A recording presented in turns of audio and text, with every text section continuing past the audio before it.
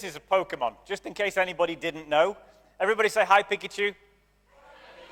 Right, okay, stay there for a minute. Okay, because, right, you might be wondering, where's my clicker? I left it on my keyboard. Hang on, stay there a sec. I'm not going to leave you on your own for long. Don't worry, Pikachu. Right, okay, right.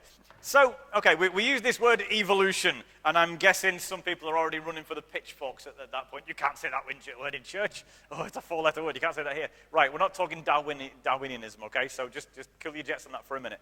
Okay, I want to talk about these things. Now then, be honest, who doesn't know what a Pokemon is? Come on, bit of honesty. Well, everybody, well, no, we got a few, right, okay, right. Pokemon is a wildly popular game that was invented quite a long time ago, and kids played on a computer, and you have to go and catch these things called Pokemon, right? And then you make them fight each other. Now, here's the thing. They can get bigger and they can get stronger by evolving. Pokemon evolve, don't they? Yes, what do you say? There you go. Okay, lovely. Okay, so, right, this is Pikachu. All he says is Pika Pika. So, right, but sooner or later, Pikachu is going to evolve into a... Oh, there you go. We got the voice. That's fantastic. Right, okay, so he will evolve eventually into a Raichu, which is bigger and stronger. And, okay, here's the thing, okay. Sooner or later, stay there a minute, okay. Sooner or later, okay, Pikachu, right, is going to evolve into one of these, right? So, after a while, he's going to evolve to be one of them. Now, this is only your second stage evolution. There's a third stage evolution as well, which is this one over here, okay? So, sooner or later, come on, keep up, good grief. Right, there you go. Right, okay.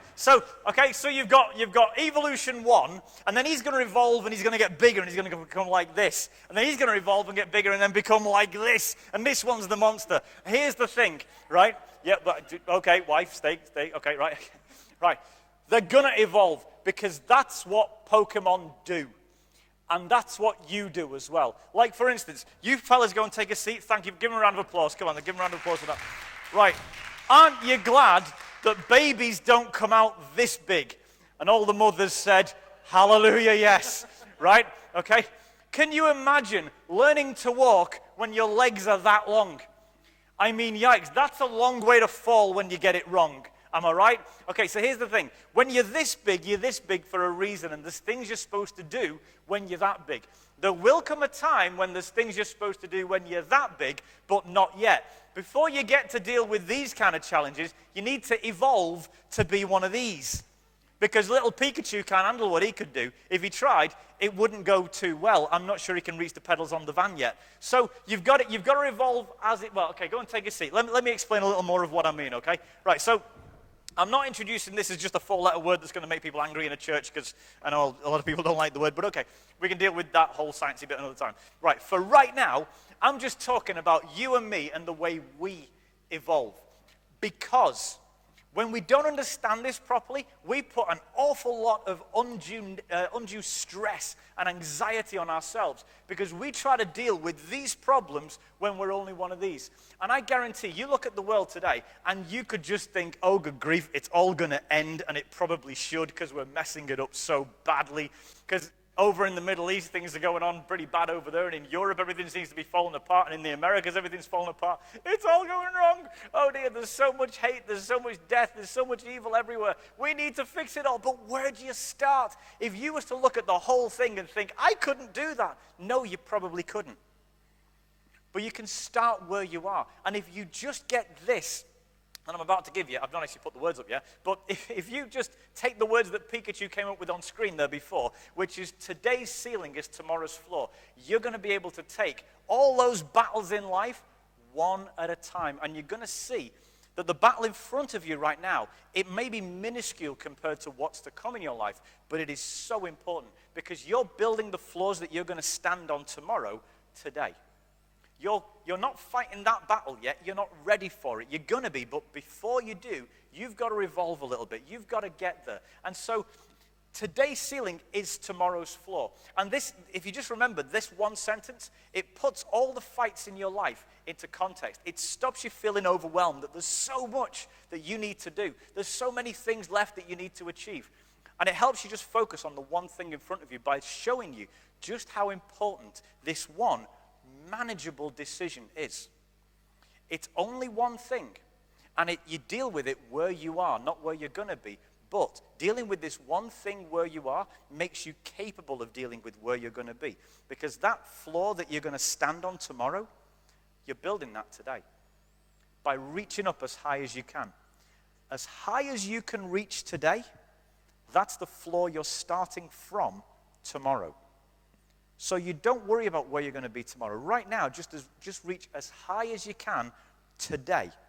Do as much as you can in the stage you're at right now, because as high as you can reach, that's where you start from tomorrow. And so you're actually dictating the terms of tomorrow's battle, but you're not worrying about them yet. I'm just reaching as high as I can right now. And this isn't even a new thought. I mean, this is old wisdom. Like, I guarantee any good builder in the room, or any good tradesman knows that the saying, measure twice, cut once. Come on, hands up, fellas, who's heard that saying? Come on, all the manly men who use power tools, we all, yes. You measure twice so that you'll only have to cut once, right? Take your time. Make the decision right now and take your time over making a good decision now, and it makes things a lot better, easier on. Every good builder ever said, measure twice, cut once. And there's also, don't run up the stairs, said every parent ever, right? I got told that plenty. They should have been concentrating on telling me dad not to run down the stairs, because that never ended well. But I'm going to move on. But yeah, don't parents always say this, don't run up the stairs. You know why? Because you're going to trip up. Here's the thing. Don't run up the stairs in your life. There's a level you're going to be at, but don't run there, because if you do, you're going to trip up. Okay? First, concentrate on the floor you're at right now, and believe me, you're going to make things so much easier if you concentrate on this.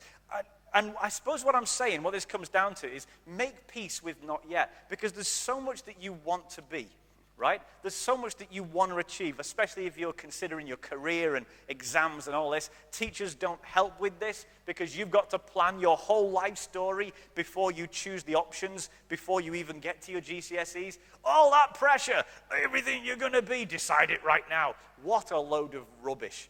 I've never known anyone who chose something before going into GCSEs who had the same idea of what they wanted to do when they came out of the GCSEs, had the same idea when they went to college to do their A-levels, had the same idea when they went into university, and the same idea when they came out of university. Usually, that's a person who spent 5 years having their head cabbaged and recabbaged again and again. Well, I don't know what I'm supposed to do with my life. Okay, stop trying. Just figure out what you're going to do with right now. Make peace with not yet. See, if you was to line up everything you want to achieve in life, and I don't care if they're selfish goals, it's only about me and the nice things I'm going to get in my life, or all the great things you want to achieve to change the world, it doesn't really matter. If you were to achieve them all today, perfect house, perfect husband, perfect this and that and the other holidays and everything, you could lifetime pass to Florida, whatever, and you've achieved world peace and everything's great. You've achieved all that today. Great. What's tomorrow for? What's the rest of your life even for? If you was to achieve everything today, what would the rest of your life even be for? Right, so stop trying to think, I need to do all this today. Because the world puts this pressure on us, right? And we always fall for the lie of now. You got to do it now. And the world puts this pressure on us, everybody else has got a nice car and I got this beaten up piece of junk, so maybe I need to go into debt to afford the kind of car that apparently I'm supposed to have at this stage in my life. All my other friends have got boyfriends. What's wrong with me? Right? We've heard that one. Well, I hear that one on Facebook. I read it every day. Everybody's moaning about that one. But you've always got this pressure that you put on yourself. You need to do this now. You need to do this. All these things, you need to get them sorted out now. It's a load of rubbish. Make peace with not yet. Something can still happen, just not yet. Get over the lie of now, that you need to achieve things now. It really messes with your head, and it makes you see things differently. And not only does it give you pressure to make too many decisions, it really puts you in the frame to make some pretty stupid decisions. And we're gonna go to Scripture now. We've spent the last few months just looking at the words of Jesus and some of Paul, his follower. We've spent most of our time there. And we said last week, if those stories are not familiar to you, go read them, because there's so much wisdom in there. There really is. But if you want a lot of great wisdom, the Old Testament is really good as well. Because what it does is it tells you stories of people. And there's always arguments over, was it really like that, or was this written by someone else, or whatever. For the purposes of this, what I'm saying here, it doesn't really matter. Even if you're not a believer, you can take it that this is a book full of wisdom. Authors who had a really great insight into the human condition. If you're a believer, great. This is imbued by God, and it's absolutely true. But if you're not at the level to believe that, okay, we'll just take it that these people knew something about where you're at in life. Because you could look at all the characters in all the stories. I guarantee they're playing out you at some point in your life. The good guy was you at some point. The bad guy was you at some point. And you can see what happened to them. You can see what decisions they made. And I'm going to show you just 3 of these characters, starting off with just 2, which would be Esau and Jacob. Now, most people say it the other way around, Jacob and Esau. But by rights, it should be Esau and Jacob, because Esau came first. Okay, and this is a story about the foolishness of now and the wisdom of next. Just a show of hands. Who knows the story of Jacob and Esau? Okay, right, more on that side of the room. I figured that would be the case. Let me give you the cliff notes. If you want to read it, and I do recommend you do, it's in Genesis 25 to 27. It's a really important story. Right, so I told you about Abraham and Isaac ages ago. You know, Abraham's the dude who God first said to him, you're going to start a great big nation. And he ended up having 1 son. But we'll come back to that another day. But, you know, and God says to him, prove to me how much you love me by getting out a knife and killing your son. No, don't, I was only joking. And you remember we talked about how that really fitted with the religions at the time, and this was God saying, I'm not like that, will you stop killing your children? Right, but, okay, his son Isaac, that he nearly sacrificed but didn't, had 2 sons. One called Esau and one called Jacob. And Esau came first. And this is really important because, Sam, the older brother is the cool one. Right? The older child, the firstborn, is the one that gets all the goodies. He's the one who the dad leaves the estate to, and he has the rights, and he's the head of the household and everything. Really cool to be the eldest brother. I only have sisters, so I just would have gone, I would have done just fine, because women would have got nothing. Sorry, buddy. But yeah. Older brother got all the birthright. Now, here's the thing. Esau had the birthright, but he didn't have a lot of brains. Now, from all accounts, he's a decent fella. He's out there and he's working in the fields and he's working really hard. He seems like a pretty solid bloke. But he comes back in, and Jacob's made some soup. And it must have been some pretty killer soup. Because Esau came in, and he was knackered, and he was like, all right, lad, give some of that soup. Because he was a bit scouse, right? And he's like, give some of that soup. And Jacob, well, he'd planned this. And he said, yeah, I'll give you some soup, but I want your birthright in return. And Esau said okay. Right? So Esau made this decision, and kind of what went through his mind must have been like, what good is my birthright if I'm hungry now? What good is it, all the things are going to come to me when dad's dead? I'm hungry right now. So he made a whole life-altering decision based on how he was feeling right now. He built a pretty low ceiling for his tomorrow. Would you agree? I mean, he didn't reach up too high there. He judged his whole life story on how he was feeling right now. What an idiot. Because what Jacob got out of that, well, first of all, here's Jacob's story, right? He had 12 sons. We all know the story of 12 sons, and one was Joseph with his technical dream coat, la la la. You know, yes, I'm not doing that again. What, do you want us to get up and sing it? Later, right, okay. So we had his 12 sons. Joseph was one of them. They went into Israel, and then they had kids aplenty. They bred like rabbits, and now 12 families turned into 12 tribes. The whole nation of Israel came from this guy, including Joseph's brother Judah, his tribe. Jesus came from that tribe. From Jesus came Christianity. All we know about the world in which we live and everything, the world, the way it's been shaped right now, all came from Christianity, all came from Jesus, all came from the 12 tribes of Israel, all came from Jacob. That's what he got out of the deal. Esau ate some soup. His story pretty much ends there. I mean, I'm not saying he died after the soup. I don't think it was that bad. But you know, we don't hear anything else about him at all. He became so unimportant, whereas Jacob went on to do this. Okay, Jacob was thinking next, and he was thinking, this moment in the context of my life, I am building my ceiling that's going to be tomorrow's floor. I'll go without the soup. I'll be good. I'll have some noodles later. I don't know what he was saying, but Esau just thought of right now. So do you see how that decision absolutely controlled the rest of Esau's life? And it was one decision based on right now. He wasn't thinking about what's coming. He was thinking of this decision in isolation. I want to ask you, have you ever done an Esau? It's on you now. Come on, have you ever done an Esau? Let me ask you this. Have you ever gotten into a relationship because you were lonely? Come on. Have you ever ended up with a complete loser? Not because you looked at him and you thought, what a wonderful father he'd make for my children. What wonderful genetic stock breeding I've got there. Not what great career prospects. Not he's really good to me. I'm lonely, I want someone, I haven't got someone, I want to be with someone. No, that was it. Anybody ever done something that daft? And then you get into that relationship and you're really regretting that. Bad ideas, right? Okay, you did an Esau. Okay, how about getting into a job because you were unhappy where you are, or you're just broke? So you're broke and you think, I need work, I'm going to go to do anything. And by the way, if you've got no money and you've not got a job, I do tend to say, get anything that pays money, and then while you're doing that, think long term and get the job you want. So how about people who are in a job and you hate your boss and you jump ship at the first available thing and it's 10 times worse, and now you hate every day of your life. You jumped into this job, not because it was the right thing, but because you were unhappy where you were. You were like, what good is my career if I'm unhappy today? You've done an Esau, right? Or generally just made a great big decision, a big life-altering decision, because you were just desperate, because you were so unhappy with something that was going on in your life right now. Here's one. This will be a bit controversial. Ever got drunk because you needed to escape? Now then, you heard the sharp intake of breath there. Someone's feeling guilty, right? Either that or someone's feeling very telly off, right? Okay. So, you know, we all know someone. Let's no guilt on anyone in the room. We all know someone who's done this. You're so unhappy with where you are. You've got so much exam stress, or you've had such a bad day, or whatever. You need to numb yourself. You need to get away with it. So you get drunk. You had that work out. I'm guessing not very well. You wake up in the morning, you got a headache, and nothing has changed. You just got to deal with the same problem you did yesterday, only with a headache.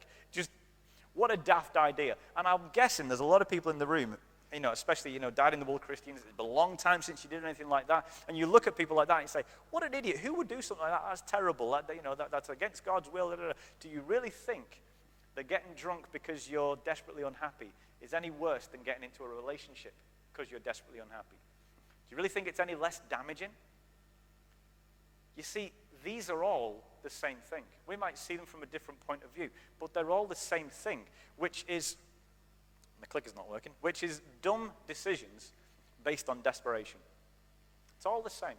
And we make these decisions a lot. We're not thinking about where I'm putting my ceiling today. We're just, I need to change my situation, quick, anything, do it, go. And we do tend to do that, right? The lie of now, the pressure to change where you are right now, quick, make a change, makes you make a pretty dumb decision. And I think we can all relate to that, because let's face it, you might not have fallen into one of those 4 categories, but I bet you've made a dumb decision and really regretted it afterwards. And the reason you made it is because it was a rushed decision. You were like, I need to make a change, quick. Whoops, not that one. Can't go back now. Right? Now, here's a problem with dumb decisions based on desperation. You see, you've got floors that you're standing on right now that you built tomorrow, but you're building the floors you're going to stand on tomorrow, today. You're building those floors right now. But some of them are there for you to break through. There's a next level in your life to go through. So there's an achievement for you to get there.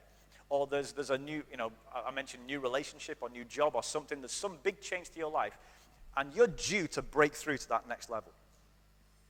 But there's some that you're not. Some of those ceilings are there for a reason, and they're meant to kind of hold you where you are, because you're not meant to move on yet. You need to grow yourself. The Christians, the long-standing believers in the room, okay, help me out with this. It's always said that when you pray, God gives one of 3 answers. Okay, come on, someone shout out the first of these 3 answers. Go. Oh, good grief, we all shout a different one. Right, okay. Okay, Pauline, you've got? No, okay. Joanne, you've got? It says so much about the 2 of you that that's what you shouted out. But what's the 3rd one? Not yet. Okay, so newbies in the room, listen up, okay? If you ask for something, God will either say yes, he will say no, apparently Pauline's favorite answer, or he will say not yet, okay? He'll say one of those, yes, no, or not yet. So let's say that someone, possibly wearing a baseball cap, sees the dream guy. Oh, he's so beautiful. Oh, he's so gorgeous. Oh, right? And you think, oh, he's the one. He's the one. I've been waiting my whole life for this one. He's the one, right? Okay. And you pray, God, I pray that he'll notice me. I pray that he'll notice me as I flirt and walk past him in my high heels, hoping that I won't just trip over right in front of him, because that always happens, doesn't it, right? Okay, you're praying, he's the one for me, God, he's the one for me. He's so perfect. And God's saying, well, actually, no, because he looks really good, but he's just going to use you and abuse you, and I've got someone far better, but you're not going to meet him for another 6 months. Unfortunately, if you go out with this guy, you're going to be so hurt and so broken, you're not going to be in the place for that guy who I've actually got prepared for you. So yes, you're going to be in a relationship with someone who's really good for you, just not yet. The situation isn't ready for you. Or alternatively, let's say that one of you single fellas in the room, you meet the perfect girl and you're like, oh, she's just drop dead gorgeous. I just want to spend all my money on flowers for her right now. Yeah. But God says, yes, she's the one for you. She's the one I've got put aside for you. But you're not ready. You're not ready yet. Because if you go out with this person, you're so broken or you've been so hurt from the last relationship that you're going to mess this up. You need to grow in character yourself. So just hang on. Just hang on. It's either going to say this is not for you or this is for you, but you're not ready. Or, third option, the timing's right. You've grown. You're right for this now. Off you go. Just remember those 3 words. Grow, slow, go. Easy, grow, slow, go. The things that it takes to amuse some people. Right, okay, so those are God's 3 responses to you. However, that means that some of those ceilings are necessary.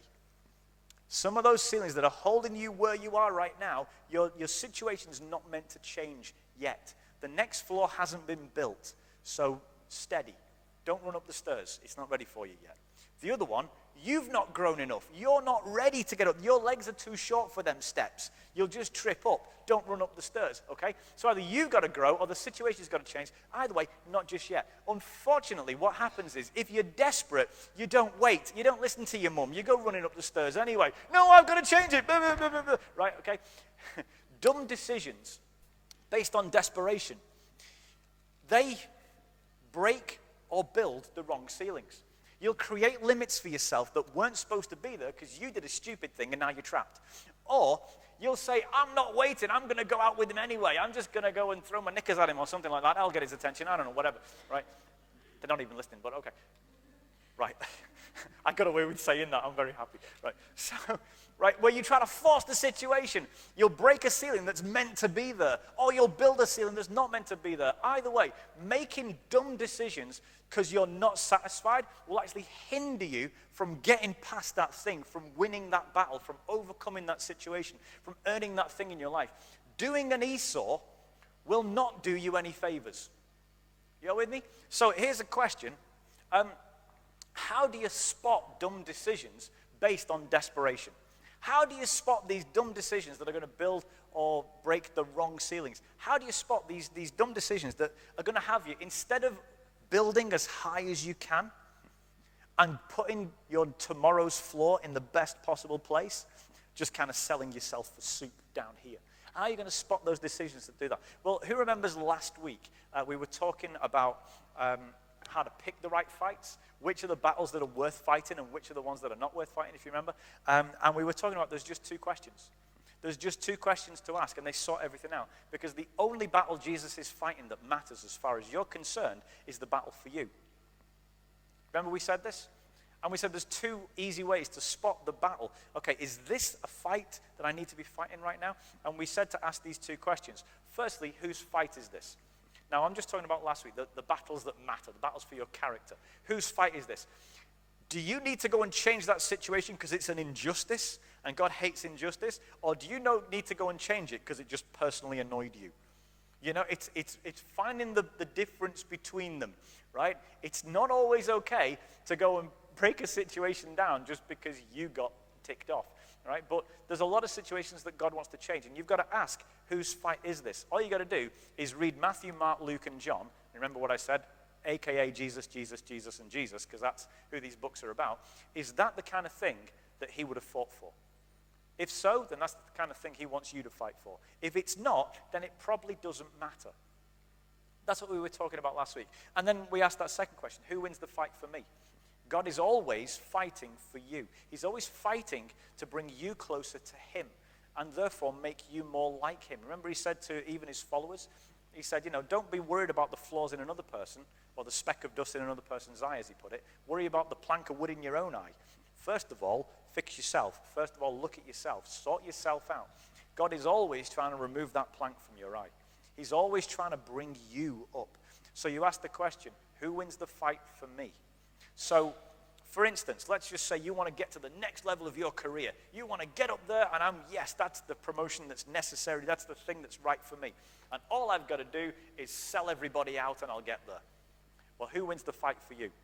You might get the next job, but what happens to you? Or, yes, you find the perfect guy. He's there. He's so beautiful. He's everything I wanted. He's everything I love. I'm going to go. Yes. And you can get him. You absolutely can get him. But all you need to do is go out with the guy who broke your best friend's heart not 3 minutes ago. She's still in pieces.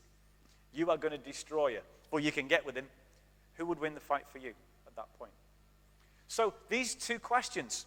Whose fight is this? And who wins the fight for me? Now, by themselves, they're probably not enough, because whose fight is this? Well, whether you buy a yellow or a blue car, that's probably not something that Jesus would be all that bothered about. I don't know, maybe. But you probably have to ask him on that. Tell me if he replies. I'd be interested. Right. So from that, you get two extra questions. Why do I need this? If this is not Jesus' fight, why do I need it? There may be a perfectly sensible answer, maybe a perfectly good answer, but ask the question, and I'll tell you why in a minute. And then finally, who wins the fight for me? Well, after you've asked that, ask the question, is this wise? As Christians, we tend to ask, is this wrong? Right? What we like to do as Christians is get as close to sinning as we can without going over the line and annoying God. Right? That's the question. Is it a sin to, right, okay, you've got the wrong attitude. Here's the thing, right? Okay, it's not a sin for me to stand this close to the stage, but it's probably not a good idea because I'm going to fall off, right? Don't ask the question, is it a sin? Ask, is it wise? Now, I could do 40 minutes on each of those questions about looking at how to tell if it's wise or what.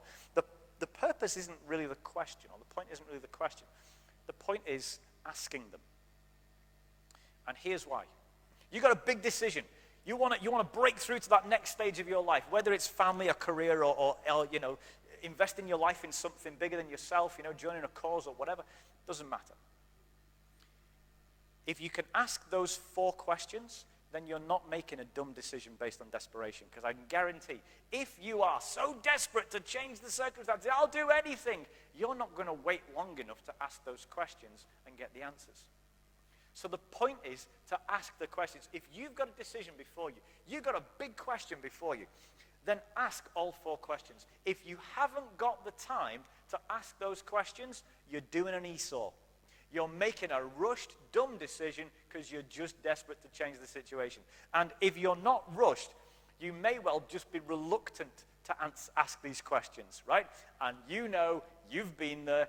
You think, I want to do it, and I don't really want to think about it too hard because I probably realize that I'm making a mistake. That's the subconscious thoughts going through your mind, right? That's where you think, yeah, I know I need to. Well, then don't do it.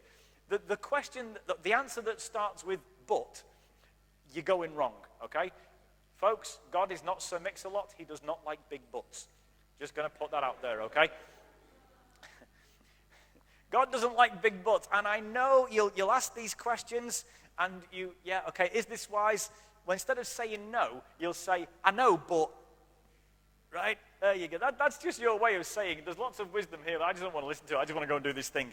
Esau, you're doing an Esau right there. Okay, so ask these 4 questions. It'll make it so much easier to spot the dumb decisions based on dissatisfaction. These 4 questions will help you to avoid the Esau decisions in your life. Because at the end of the day, today's ceiling is tomorrow's floor. Reaching as high as you can, doing as good as you can do, doing the right thing today is what dictates where you're starting from tomorrow. Don't run up the stairs. You'll trip up on the way. You haven't evolved enough to be there. You're not ready for that situation. You'll get there when it's the right time to get there. In the meantime, just build right where you are. And this is why that's doubly important. You can't know which ceilings you're building today will be the floors you stand on tomorrow. A lot of the things you're doing in your life may seem unimportant today, And most of them probably are. They're just going to be a thing that happened in your life. But some of the things in your life today that seem unimportant will be the very things that you stand on tomorrow that made you who you are. So you can't know which is which. So the easy way around this is just do your best in everything you do. I mean, the Bible actually says that doing your best is an act of worship to God. Actually said, Paul writes this, it's in more than one place, okay? Look, God values you working with your whole heart. Do the best. Be the best person you can be. That in itself can be an act of worship to God.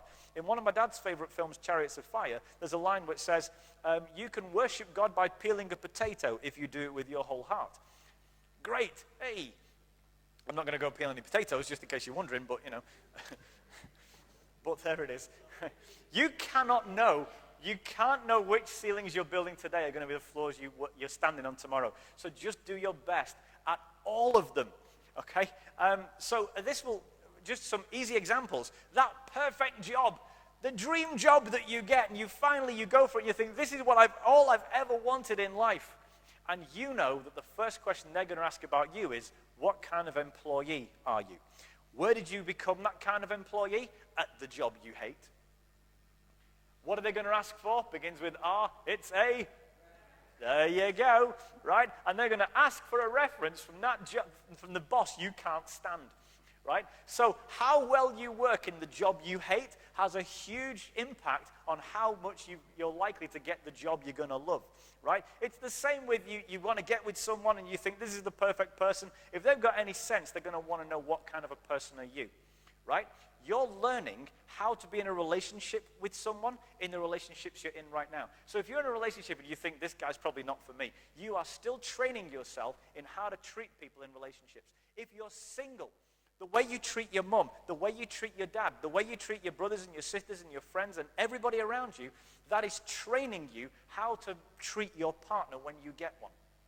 You cannot be mean and horrible to everybody and then suddenly become the person that guy's looking for. It's not going to happen. You're training yourself in how to treat people now. You're building those floors right now. In the places where it seems like it doesn't matter. In the places where it seems like I don't deserve to be here, I want to be further on than this. You are building those floors right now. And if I can give you an example, the guy in grey lurking in the background there, this is Joseph, son of Jacob, who we spoke about, not the Christmas Joseph, okay? I feel sorry for that guy. He's like tinsel. We get him out at Christmas and ignore him the rest of the year, I mean, good grief, Mary's got statues to her everywhere. Poor Joseph, he's not even the famous one. You know what I mean? He's the father, well, he's the stepdad. This is the father, no. He's the stepdad of Jesus himself, and he's the one without the Technicolor dream coat, Poor guy. So anyway, right, so here's Joseph, right? He's the son of Jacob, the guy we were talking about who made soup and kind of won the world, right? The son of that guy seems to have got his dad's smarts. I can't remember if I talked about this the other week, but just think about Joseph's story, his early on story, okay? He got sold into slavery by his brothers. His response was to become the best slave he could possibly be, and he ended up being put over the whole household that he was in. He was in a really bad situation, worse than anyone here has ever been in, unless anybody's going to correct me that I've had a worse situation than slavery. No? Right, we'll move on. So he was in a really bad state, really bad situation, and he decided to do his best. And he became the best slave in the house, over the whole household, and then he got thrown in jail. Didn't deserve that. Didn't deserve it at all. Hadn't done anything. What did he do? He worked hard and became the best prisoner in the prison. Became so good that the warden put him in charge. So when his moment came, he translated a dream for the guy who worked for Pharaoh, and then Pharaoh had a bad dream, and then, he had a bunch of bad dreams. And so this guy who was working for him said, a guy in prison translated a dream for me, and he was really good. Why don't you go and get him? So Pharaoh sent for him. Right, and Joseph gives him this whole thing. Basically, you're going to have 7 years of hell. That was his response, right? You got 7 good years, you better make the most of it because Brexit's coming. No, I didn't say that. No. Right? So, yeah. Well, 7 years of what Michael Gove's telling you Brexit's going to be, and then 7 years of what everyone else is telling you Brexit's going to be. No, okay. So, we're getting too political. I'll step back a bit. Right, so 7 good years, 7 terrible years, and Pharaoh's got to make this decision. Do I trust this guy? Do I trust this guy? Who did he ask? He asked his former jailer. What's this guy like? And because of what Joseph did when he was a prisoner, he's now believable. He asked his former slave owner, what's this guy like? And just like the prison warden, he's like, he's fantastic. He's a great guy. I trusted him with my whole jail. I trusted him with my whole household. Because of what Joseph did, at the lowest level, he built those ceilings. He couldn't have known where it would end. He just built his ceiling as high as it could be. And when the moment came, his floor was pretty high. He was the Prince of Egypt. And you know that's true because there's a film about it on DVD, so you know it's authentic, right? Hey, listen, DreamWorks don't make those mistakes, so you know it's real, okay? In it, right? So if you want to take an example of making a good decision, then look at Jacob. If you want to make a decision, if you want a good example of thinking long term by doing the right thing where you are, look at Joseph. Just 3 characters from the Old Testament. Look at how much wisdom is contained in them. This is one story of 2 brothers and one of the sons. Look at all that wisdom. There is so much in there. When it all boils down to it, it's the same thing that you get from Pokemon, and it's the same thing you get from Rocky, who said, how to win a fight, 1 step, 1 punch, 1 round. Deal with where you are right now. Don't worry about the battles you're going to fight tomorrow. They don't matter. Where you are right now, do your best. Build your ceiling as high as you can, because it's where you're starting from tomorrow. Because today's ceiling is tomorrow's floor. And on that, why don't we pray? Yeah. Okay. So I'm going to pray, and you know the deal by now, most of you. If you've not been here before, you're still going to know the deal. I'm going to ask everybody in a second. In a second, you guys are getting way ahead of me. I'm going to ask you just to bow your heads, just close your eyes for a minute. Okay, and I'm going to pray. And if you want to pray after me, then feel free. You can pray out loud if you want. If you're an exhibitionist, that's fine. You can pray quietly if you prefer. That's fine. You can fall asleep if you like, but I'd rather you didn't. So here's what I'm going to pray, though. Okay, and just before we get into it, I know everybody's going, we're already there. Okay. I happen to think that Jesus is the Son of God. I happen to think that Jesus came to earth specifically to teach us all this wisdom, to teach us how to get closer to God, and then to die in your place so that all of your mistakes and all of your problems and all of your sin and everything could be taken by him to hell for you. So that you could be absolutely 100% free of everything. Because that's what God wants you to be. He wants you to be free. He wants you to be close to him. He wants you to hear his voice. He wants you to live and walk with him. And everything that we're saying, this all came from the Bible. This is just one book that just tells you all of it. But it gives you so much wisdom for life as well. This is the only book you ever need to read. I'm not saying don't read any other books, by the way. I don't even burn any books when you don't read. Okay, so I'm just going to pray. Okay, I want to give that a go. I want to start that walk. I want to walk closer with him. I want to accept what Jesus did. I want to ask Jesus to be my God. I want to get close to God. I want to be one with God. And just say these words after me. I like to say this. I'm not loud, I'm saying to the sound. It really doesn't matter. God can hear what we can. Hear what's okay. So say these words after me. My Father, thank you. It's quite a big deal. That's actually what I'm saying. Thank you for your son, Jesus. Thank you for all that you gave. I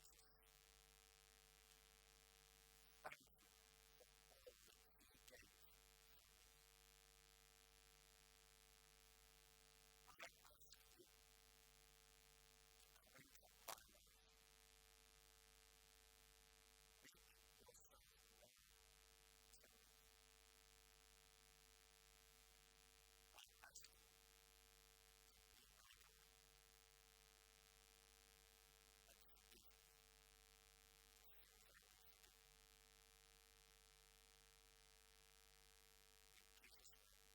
you to come into my life. Make yourself known to me. I ask you to be my God and to be in Jesus' name. Friends, just ask God to come into your life.